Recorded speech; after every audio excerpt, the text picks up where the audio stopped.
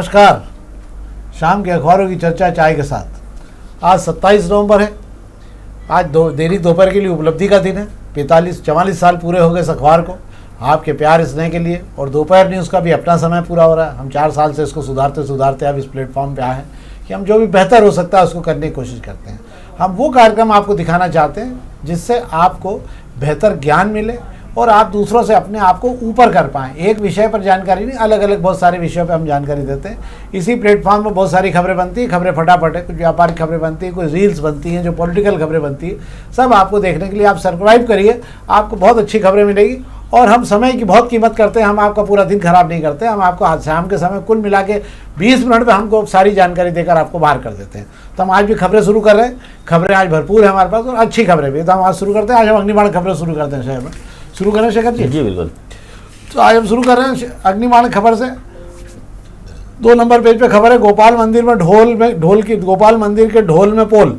550 सीटों का सभागृह बनाया था। 120 बैठक क्षमता वाली लाइब्रेरी बना डाली और साइकिल खड़ी करने की जगह नहीं छोड़ी है। और पूरे मतलब स्मार्ट सिटी का इतना स्मार्ट काम स्मार्ट अधिकारियों ने किया है कि एक तो वहाँ पे जाम लगने की स्थिति बन जाएगी। 210 दुकानें बनाने की तैयारी करके टेंडर उनके भी हुआ गए थे। राम जाने राजेश जोयल साहब की स्टोरी यकीनन बहुत अच्छी स्टोरी लिखी है। राजवाड़ा के पूरे क्षेत्र को नो व्हीकल जोन बनाया जाएगा तो वहाँ जाएंगे आएंगे कैसे लोग? तो पार्किंग का क्या होगा? तो बाहर की क्या स्थिति शेखर? बिल्कुल आप सही कह रहे हैं। जिस तरीके से गोपाल मंदिर का जीर्णोद्धार करने वाले पार्किंग ही भूल गए तो उन्हें लग गया था कि इस नो व्हीकल जोन तो होना ही है, तो कोई गाड़ी लेके तो आ ही नहीं पाएगा, तो इसलिए नो व्हीकल जोन कर देते हैं। ये तो वैसा ही हो गया कि लवकुश चौराहे पर मेट्रो का स्टेशन तो बना दिया गया लेकिन पार्किंग का इंतजाम करना भूल गए। ये अनोखे काम इंदौर शहर में ही हो सकते हैं क्योंकि यहाँ के जो इंजीनियरों की जो फौज है जो सरकारी विभागों को संभाल रही है, ये उनका सोच बताती है कि वे इंदौर को लेकर कितनी मुस्तैदी से सोचते हैं और उनकी सोच कहाँ तक की है। सही बात है। वैसे भी वो जानते हैं इस शहर का आधा पार्किंग तो लोगों ने बेच खाया।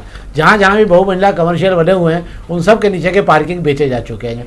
तो अधिकारी भी जानते हैं कि पार्किंग की जरूरत तो वैसे ही नहीं, क्योंकि सारा शहर तो सड़कों पर खड़ा हो रहेगा। चलिए, ये तो एक खबर थी। एक खबर पर और हम बात कर लेते हैं। सराफत चौपाटी का अभी तक नहीं, कल रात को 9:30 बजे तक दुकानें नहीं लग पाई थी। दोनों तरफ से खींचातानी थी और उसके बाद में फिर वही ढाक के 3 पात हो गए।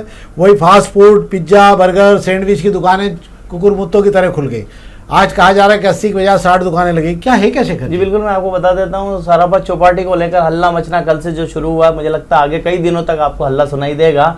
यहाँ सराफत चौपाटी की सुरक्षा को लेकर सवाल उठा था। उसके बाद में तय हुआ था कि जेवरात व्यापारी एसोसिएशन चाहते थे कि इसको हटा दिया जाए। चौपाटी वाले चाहते थे हर शर्त पर हम यहाँ रहने को तैयार हैं। नगर निगम ने दखल दिया कि परंपरागत चौपाटी है, इंदौर की पहचान है, इसे नहीं हटाना जाना चाहिए।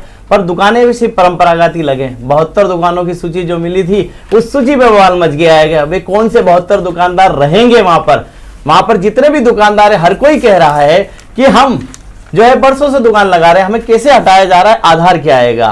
निगम आज कह रहा है कि आज से, कल निगम ने मुनादी कराई थी, हल्ला मच गया था, आज निगम उन्हें हटाने जाएगा। जो 72 के अलावा जो दुकानदार वहां लगे हैं, 250 से ज्यादा दुकानें वहां लग रही है अलग से, जिसमें आप बात कर रहे हैं पिज्जा, मोमोज, चाइनीज, सारी चीजें उसमें आ गई है। देखते हैं ये हल्ला अभी कुछ दिन और आपको सुनाई देगा। देखते हैं क्या होगा क्या नहीं होगा। पर आप चिंता मत करिए, 9:30 बजे बाद भी चाट पकवान तो आपको मिल ही रहे हैं। आप उसकी चिंता मत करिए। खाने पे कहीं रोक नहीं है, वो तो थोड़ा बहुत जगह बना खाने मिल जाएगा आपको। अब हम दोपहर की खबरों की बात कर ले रहे हैं। दोपहर की खबरों के पहले पेज पर मैं एक नॉर्मल में आपको जानकारी देता हूँ। एक तो अंतर्राष्ट्रीय मुद्रा कोष ने एक IMF ने रुपए को लेकर एक जानकारी जारी की है। और ये बड़ी मतलब जो जानकारी उसने बता दिया कि जो सरकार कह रही है आपसे कि हम बहुत तेज़ी से बढ़ने वाली अर्थव्यवस्था है, बहुत तेज़ी से हम आगे जा रहे हैं, रुपया बढ़ा हमारा, तो रुपए की बुरी तरह से दुर्दशा हो चुकी है। और RBI ने इसे जो है स्वतंत्र और तैरने वाली मुद्रा की श्रेणी से हटा दिया है। मतलब कुछ मुद्रा ऐसी होती है, चाहे चीन का येन हो, रूबल हो, ये सब क्या अपने दम पर चल रही हैं। भारत का रुपया जो है उसको सरकार और RBI मिलके चला रही है। इसलिए IMF ने इसको जो है क्राउलिंग पेग मुद्रा की श्रेणी डाल दिया। मतलब ये कौन सी मुद्रा हो गई जिसे सरकार अपनी सुविधा अनुसार चलाती है। जब जरूरत पड़ी तो पैसे बढ़ा दिए, जब हुआ तो डॉलर खरीद लिए, जब डॉलर बेच दिया आपने। इस रुपया का कोई वैल्यूएशन नहीं है अंतर्राष्ट्रीय स्तर पे। मतलब कोई भी देश अगर आपसे रुपए में कारोबार करेगा तो उसको नुकसान होगा। इसीलिए भारत के साथ कोई भी देश रुपए में कारोबार करने को तैयार नहीं है। रूस ने किया था, रूस अभी तक रो रहा है कि रुपए लेने को कोई भी तैयार नहीं है। एक सवेरे से खबर चल रही है, इमरान खान की जेल में हत्या हो गई है। सनसनी है या खबर है क्या है, पर अफगान टाइम्स ने इसकी पुष्टि की है कि उनकी हत्या हो चुकी है। अब राम जाने क्या, एक आध दिन में जो भी होगा पता लगेगा आपको, पर हालात बहुत अच्छे नहीं है। दैनिक दोपहर की ईमानदार और स्वच्छ पत्रकारिता के 45 साल पूरे हो गए। हम लोगों ने अपनी तरफ से पत्रकारिता के मापदंडों को, मूल सिद्धांतों को कभी भी खोने की कोशिश नहीं की। हम आज भी उस पर अडिग हैं। शहर की आवाज़ है हम, और इस शहर के हम ऋणी भी हैं, और शहर के मजबूत पाठकों के ऋणी भी हैं, जिन्होंने संकट में, दुख की घड़ी या विपरीत परिस्थितियों में इस अखबार के साथ खड़े होकर इसे जिंदा रखा। आज अखबार बहुत सक्षम है, अपने आप में अच्छी खबरों के लिए पहचाना जाता है, और हम इस शहर में आपको विश्वास दिलाते हैं, जन जन की आवाज़ बनकर ही हम इस शहर में सदैव आपके साथ खड़े रहेंगे, और आपका सहयोग मिला उसका बहुत बहुत धन्यवाद। अब हम बात करते हैं, खबर पर बात और कर लेता हूं मैं ये आपसे। ये मृत पशुओं के लिए सौदा बन रहा है 3 करोड़ रुपए की लागत से। अच्छा प्लांट है, double chamber air pollution control system के साथ बन रहा है। क्या शेखर जी? जी बिल्कुल सही कह रहे हैं। नगर निगम की योजनाओं में इसको MIC से और परिषद से मंजूरी मिल चुकी है, और लंबे समय से अटका हुआ था कि पशुओं के अंतिम संस्कार की व्यवस्था की जानी चाहिए, वरना अभी तक शहर में कहीं भी मृत पशु होते हैं उन्हें उठाकर नगर निगम सीधा ट्रेचिंग में ले जाके पटक देता है। अब उस तरीके से नहीं होगा, उनके खुद का शवदाह बन गया है, उसमें डालते से इलेक्ट्रॉनिक जो बिजली से है उसका जो दाह संस्कार हो जाएगा। ये अच्छी बात है। एक जानकारी केवल आपको देता हूं, कल PWD मिनिस्टर राकेश सिंह जो है खरगोन के रोड पे उन्होंने सड़क की जांच की, अधीक्षण यंत्री को निलंबित कर दिया। इतनी गुणवत्ता विहीन सड़क पाई गई, जबकि सड़कों को लेकर सारी ताकत लग रही है। आप बताइए अधिकारी कितने भ्रष्ट होते जा रहे हैं। एक उप यंत्री को नोटिस जारी किया है। जो सड़क की बेस होती है, मतलब जो हाइट होती है बनाने की, उसको जानने के बाद पाया गया कि किनारे तो ठीक है, बीच में सड़क का बेस कम है। और ये भ्रष्टाचार सब जगह, किसी एक जगह नहीं, चाहे वो नगर निगम इंदौर हो चाहे वहाँ पर हो। अब हम पत्रिका की खबर की बात करें, पत्रिका की एक खबर पर बात करेंगे संक्षेप में। हम पत्रिका की एक खबर पर हम बात करें। हाँ, ये एक हुकूमचंद मिल में बहुत लंबे समय से अभी तक, मतलब 20 साल हो गए मजदूरों को लड़ते लड़ते, अभी तक पैसे मिलने की प्रक्रिया पूरी नहीं हो पा रही। 400 परिवार अभी भी ऐसे फंसे हुए हैं जिनको लेकर कमेटी बनाई गई। कमेटी इधर से तो ढोलती रही, ये कागज लाओ वो कागज लाओ। अब पूरे मामले को जजेस को सौंप दिया। तो सेवानिवृत्त जज जो है, रिटायर्ड जज जो है, क्लेम वेरिफिकेशन करेंगे।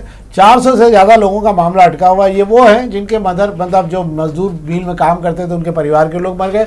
अब उनके परिवार में कोई बचा नहीं, तो उनके जो भी बाकी दावेदार हैं उनके अलग अलग दावे, इनका निपटारा जो है अब जज अपनी तरफ से करेंगे। क्या शेखर? तो सही कह रहे हैं। कोर्ट ने उन 40 परिवारों के सामने उम्मीद बनाई है कि अब रिटायर्ड जज को कमेटी का अध्यक्ष बना दिया गया है। रिटायर्ड जज उसकी जांच करेंगे, वरना जिन अफसरों के जिम्मे यह काम सौंपा गया था उनके पास तो वक्त ही नहीं है उन गरीब परिवारों को लेकर। 400 परिवार हैं, कम नहीं है। और हुकुमचंद मिल में जिन्होंने बरसों नौकरी की और उम्मीद के साथ इस दुनिया से विदा हो गए, उनके परिवारों को तो मुझे लगता है कि वक्त पर पैसा मिलना ही चाहिए। सही बात है। मिल बंद होने के बाद बहुत लंबा आंदोलन चला, देश का नहीं विश्व का सबसे बड़ा मजदूर आंदोलन के रिकॉर्ड में बना हुआ है। और इसका लेकर दोपहर ने कार्यक्रम भी बनाया था कि दुनिया का सबसे लंबा चलने वाला आंदोलन रहा है, जिसके बाद मजदूरों को पैसा मिला है। आप चाहें तो उनकी लिंक साइट भी है गूगल पर, आप देख सकते हैं। हम प्रभातकरण खबर की बात कर रहे हैं। प्रभातकरण में एक खबर बहुत अच्छी मुझे लगी, मुझे लगा आपकी जानकारी के लिए होना चाहिए। इंदौर में अभी उच्च न्यायालय में केस चला था हाईकोर्ट के आदेश के बाद में कि झाड़ों काटने से जीवन मतलब अच्छा विकास नहीं होता।